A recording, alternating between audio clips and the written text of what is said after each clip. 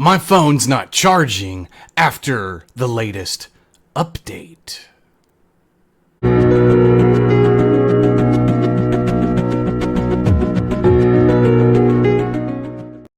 Hello and welcome to iPhone Black and White Troubleshooting, where we figure out what's going wrong with your device and get you fixed up as quickly as possible.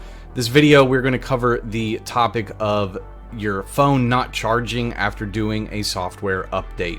This is unfortunately a somewhat common issue, but here's the good news. This actually should be really easy to fix. You really don't have anything to worry about. Only in the rare instance. So we're gonna go ahead and kind of just take a look at what steps you need to do, which are really simple and basic. But at the same time, the other thing that we want to look at is to make sure that you understand why you should be using an Apple charging cable, because it actually makes a world of difference. So with that being said, let's go ahead and jump into it. Okay, so this issue is actually, it kind of depends. There could be multiple reasons why your device may not be charging. It may not even be related to a software update. But at the time of this video, there were reports coming in that there are a lot of people who have done the software update, and then depending on what model of phone that they have, they're experiencing issues with sort of an error popping up onto the screen, or it's showing that it is charging, but then all of a sudden it's not charging, like the phone, or it might even be decreasing with the charge, like it's showing the percentage number, and instead of it going up, it's going down.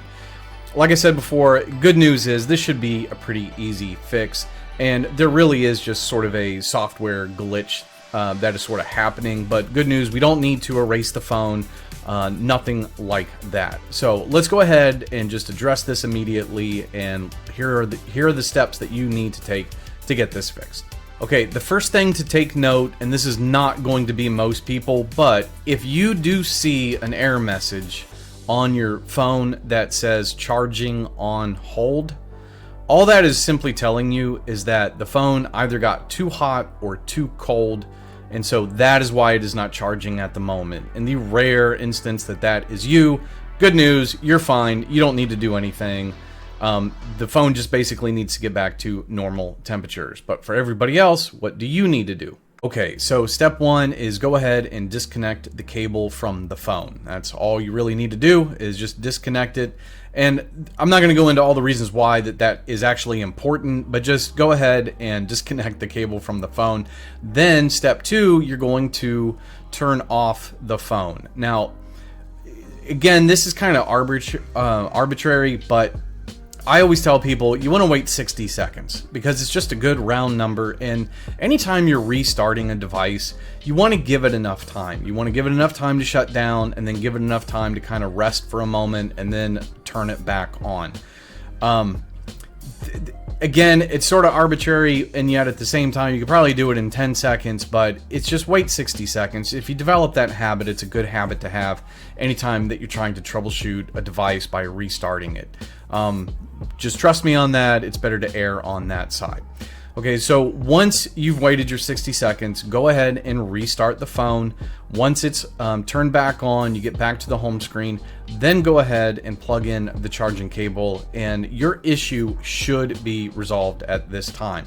If for any reason that it is not continuing at this point, well, then that means that there could be another issue going on, but that's only going to be kind of in rare circumstances. But if that's you, let's look at what could be also causing a problem here in regards to your cables. Okay, so if you're still running into a problem here, then definitely go ahead and swap this out, the cable that you're working with, get another cable.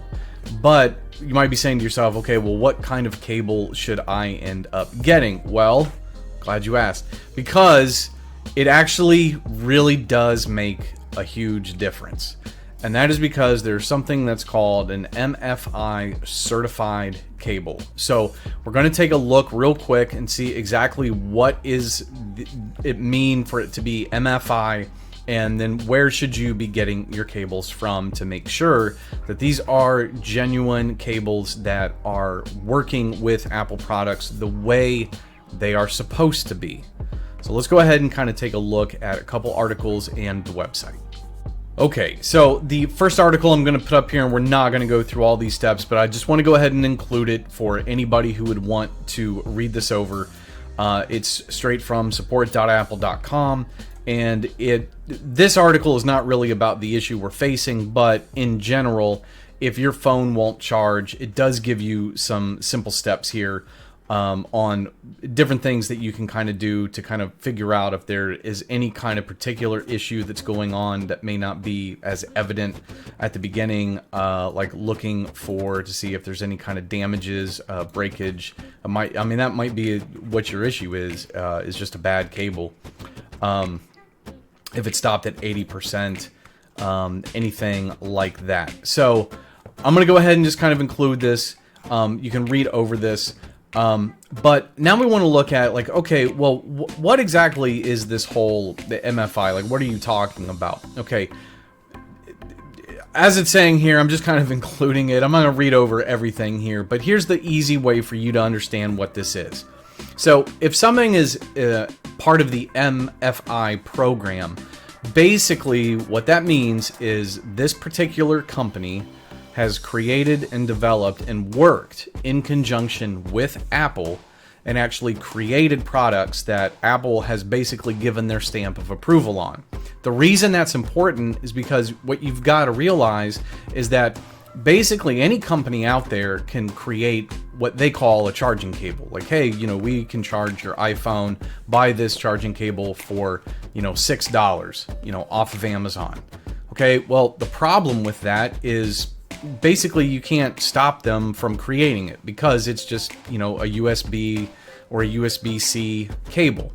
So what the MFI program is letting the customer know, like, hey, this particular product, they worked in conjunction with Apple. So Apple knows 100% that the specs that were used to create this particular product, and as you can kind of see here, there's a bunch of different products that, these companies work in conjunction with Apple, that these are, certified, the specs are right, everything will line up. That's incredibly important, especially for people who are ever trying to transfer data from their phone, like, onto a computer. Because people don't stop and think about that, not every cable is made the same. Well, a lot of problems that people can run into when transferring data actually occurs because the cable they're using is not designed to transfer data the way it's supposed to be from the phone to the computer or vice versa. So that in a nutshell is kind of what just the MFI program is all about. It's that, if you buy this particular product, you should be good to go. Now, I went ahead and looked on Amazon, and there's a bunch of different companies that are selling what they call MFI certified cables. I can't give my stamp of approval on all of those. There's a part of me that says you're probably better off just getting it straight from Apple, and that's what we're going to take a look at here. But again, I'm going to include this article. You can kind of read over it to understand. But if we actually look at Apple's website, and I'm just on the power and cables, you can see that there are a bunch of different types of chargers that are created, and these are all ones that if you purchase, you're going to be good to go. The ones that most people would probably be needing to look at, if you're buying a new iPhone and you need to just go ahead and get a good charging cable, right here is the USB-C to Lightning cable, 1 meter, the 2 meter, it's $29. Now, is this more expensive? Yeah, it definitely is, but you've got to remember, if you're going to spend hundreds and hundreds of dollars on an iPhone or an iPad, you're out of your mind if you're not willing to spend $20 or $30, to get a longer cable, to actually get a cable that like, this is the one that is designed for my phone or my iPad or, whatever it is. That is what you kind of need to take solace in, and like why you're spending a little bit more money. It's that you're getting that stamp of approval straight from like Apple's website, so you can trust this. Okay guys, thanks so much for taking the time to watch the video, and if your issue is not resolved, there could be something else that's going on. I highly doubt it. These steps really for anybody who's facing this challenge after just doing a software update. Taking the steps here really should fix your issue. If you're experiencing something else going on with your phone, like it's not charging or there's something funky you think going on with it, I would advise you to go ahead and go onto your device, click settings, scroll down, click on battery, and then check your battery health.